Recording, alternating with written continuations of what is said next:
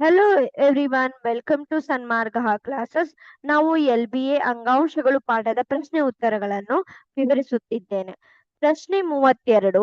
ನರಕೋಶದ ಚಿತ್ರ ಬರೆದು ಭಾಗಗಳನ್ನು ಗುರುತಿಸಿ. ಇದೊಂದು ಸಾಧಾರಣದ ಪ್ರಶ್ನೆ ಆಗಿದೆ ವಿದ್ಯಾರ್ಥಿಗಳೇ. ನೀವು ಗಮನಿಸಬಹುದು, ಇದು ನರಕೋಶದ ಚಿತ್ರವಾಗಿದೆ. ನರಕೋಶದ ಚಿತ್ರವು ನೋಡಿ, ಮತ್ತೊಮ್ಮೆ ನಾನು ಬೇಕಾದ್ರೆ ನಿಮ್ಗೆ ಬಿಡಿಸಿ ತೋರಿಸುತ್ತೇನೆ. ಈ ನರಕೋಶದ ಚಿತ್ರ ತುಂಬಾ ಪ್ರಮುಖವಾಗಿರೋ ಚಿತ್ರ ಆಗಿರುತ್ತೆ.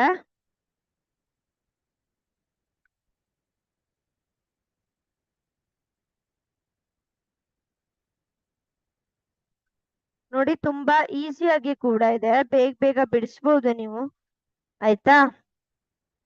ನಾನು ಮತ್ತೊಮ್ಮೆ ಏಕೆ ಚಿತ್ರಿಸುತ್ತಿದ್ದೇನೆ ಅಂದ್ರೆ, ಚಿತ್ರಣ ಮಾಡಿ ನೀವು ಅದನ್ನ ಗುರುತಿಸುವುದರಿಂದ ತುಂಬಾ ಚೆನ್ನಾಗಿ ನೆನಪಿರುತ್ತೆ. ಯಾವುದಾದ್ರೂ ಚಿತ್ರವನ್ನು ಎಂದಿಗೂ ಪ್ರಾಕ್ಟೀಸ್ ಮಾಡಿ ಅದನ್ನ ಗುರುತಿಸಬೇಕು. ಆಗ ಮಾತ್ರ ನೀವು ನೆನಪಿನಲ್ಲಿ ಇಟ್ಕೊಳ್ಳಲು ಸಹಾಯಕವಾಗುತ್ತೆ.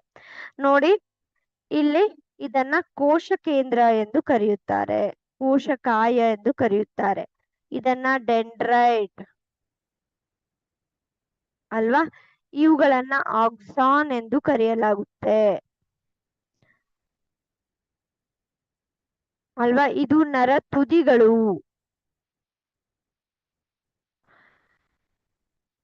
ಮತ್ತು ಮಧ್ಯದಲ್ಲಿ ನ್ಯೂಕ್ಲಿಯಸ್ ಇರುವುದು ಅಲ್ವಾ? ಸೊ ಇವುಗಳು ಏನು ನರಕೋಶದ ಭಾಗಗಳಾಗಿವೆ. ಧನ್ಯವಾದ.